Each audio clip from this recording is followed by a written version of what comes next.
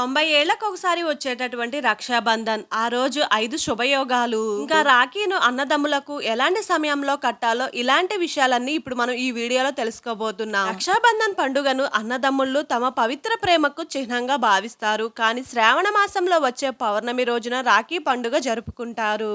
ఆ రోజున సోదరీమణులు తమ సోదరుడి మణికట్టుపై రాఖీ కట్టి తమ ప్రేమను చాటుకుంటారు.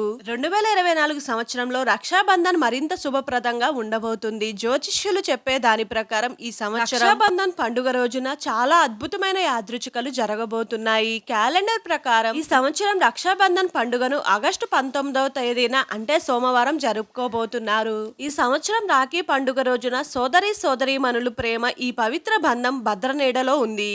ఈ కారణంగా అక్క చెల్లెళ్ళు ఉదయం సోదరి మణికట్టుపై రక్షా సూత్రాన్ని కట్టలేరు. రాఖీ ఎలాంటి సమయంలో కట్టుకోవాలో ఈ వీడియో ఎక్కడ కూడా స్కిప్ చేయకుండా చూసేయండి. రక్షాబంధన్ పండుగ రోజున 5 శుభయోగాలు ఏమిటంటే, ఈసారి రక్షాబంధన్ సర్వార్థ సిద్ధి యోగం, రవి యోగం, సౌభాగ్య యోగం, శోభన యోగాలు ఉన్నాయి. వాటితో పాటు శ్రవణ నక్షత్రం కూడా కలిసి రావడం అద్భుతం. కాశీ పంచాంగాల ప్రకారం పూర్ణిమ తిథి ఆగస్టు 18వ తారీఖున రాత్రి తెల్లవారుజామున 2:21 అంటే ఆగస్టు 19 ప్రారంభమై ఆగస్టు 19వ తారీఖున రాత్రి 12:27 ముగిస్తుంది. పౌర్ణమిలో సగభాగం భద్రాతో నిండి ఉంటుంది. భద్ర రోజు మధ్యాహ్నం 1:24 వరకు ఉంటుంది. ఈ కారణంగా ఆగస్టు 19వ తేదీన మధ్యాహ్నం 1:24 నుండి మధ్యాహ్నం 12:27 వరకు రక్షాబంధన్ శుభకార్యం చేసుకోవచ్చు. ఈ సమయంలో తమ సోదరులకు అక్కా చెల్లెళ్ళు రాఖీ పండుగను సెలబ్రేట్ చేసుకోవచ్చు. శాస్త్రాల ప్రకారం రక్షాబంధన్ వేడుకను భద్రాకాలంలో నిర్వహించకూడదు.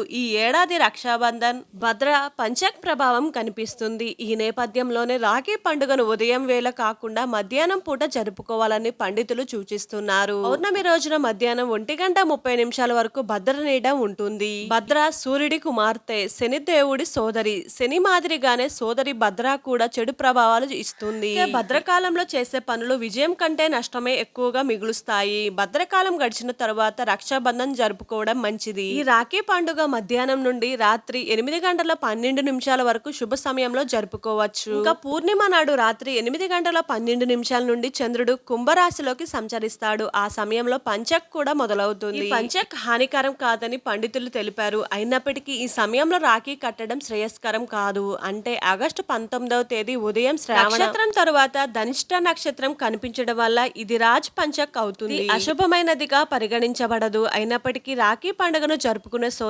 సోదరీమణులు పంచక్ ప్రారంభానికి ముందు రక్షాబంధన్ జరుపుకోవాలి. ఆ రోజును వ్రత పౌర్ణమిని కూడా భక్తులు జరుపుకుంటారు. రక్షాబంధన్ శుభ సమయం ఏమిటంటే సర్వార్థ సిద్ధి యోగం సూర్యోదయం నుంచి 8:10 వరకు, ఇంకా రవి యోగం సూర్యోదయం నుంచి ఉదయం 8:10 వరకు, శుభ సమయం మధ్యాహ్నం 2:06 నుంచి రాత్రి 8:09 వరకు ఉన్నాయి. ఈ సమయంలో మాత్రమే అక్క చెల్లెలు తమ అన్నదమ్ములకు రాఖీలను కట్టుకోవచ్చని వేద పండితులు చెబుతున్నారు.